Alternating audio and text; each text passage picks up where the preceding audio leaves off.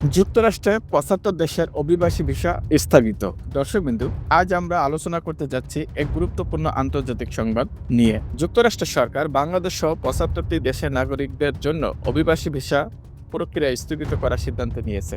এই সিদ্ধান্ত ২০২৬ সালের ২১শে জানুয়ারি থেকে কার্যকর হবে অনির্দিষ্টকালের জন্য। চলুন বিস্তারিত জানি। মার্কিন পররাষ্ট্র দপ্তর জানিয়েছে যে এই স্থগিত দেশ মূলত স্থায়ী বা ইমিগ্রান্ট ভিসার আবেদনকারীদের জন্য প্রযোজ্য। অর্থাৎ যারা যুক্তরাষ্ট্রে স্থায়ীভাবে যেতে চাচ্ছেন, যেমন গ্রিন কার্ডের আবেদনকারী, তাদের আবেদন আপাতত স্থগিত থাকবে।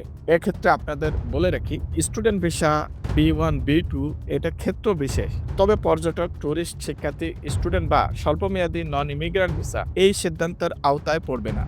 কিন্তু এই ধরনের ভিসার ক্ষেত্রেও নতুন কড়াকড়ি থাকতে পারে। যুক্তরাষ্ট্রের সরকারি ব্যাখ্যা অনুযায়ী এই সিদ্ধান্ত নেওয়া হয়েছে এমন আবেদনকারীদের জন্য যারা পাবলিক চার্জ বা সরকারি সহায়তার উপর নির্ভরশীল হতে পারেন। এ কারণে অভিবাসী ভিসার সব আবেদনকে এখন কঠোরভাবে মূল্যায়ন করা হচ্ছে। পাবলিক চার্জ মূলত কি? এখানে পাবলিক চার্জ বলতে তারা এটাই বোঝাচ্ছে, আপনি একজন সাবলীল ব্যক্তি, আপনি আপনার পরিবারের জন্য, আপনার বাবা মার জন্য, আপনার ভাইয়ের জন্য আপনি সাবলীল বিদায় তাদেরকে এখানে আনতেছেন। তো আপনারা এখানে এনে তাদের দায়ভার কেন সরকারের উপরে চাপাবেন? তারা মূলত এই আপডেটটা আনার জন্যই পূর্ণ মূল্যায়ন করবে, এ কথাটাই বিশেষজ্ঞরা বলছেন। বাংলাদেশ সহ ৭৫টি দেশ এই নীতির আওতায় পড়েছে।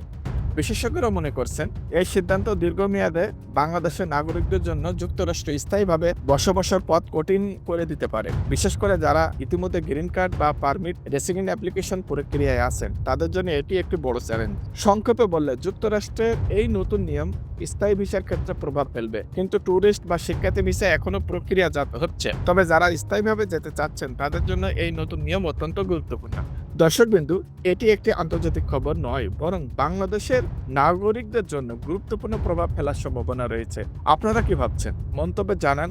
এই ধরনের খবর পেতে আমাদের চ্যানেলটি সাবস্ক্রাইব করে আমাদের সাথেই থাকুন। রাত নিউজ, নিউ ইয়র্ক।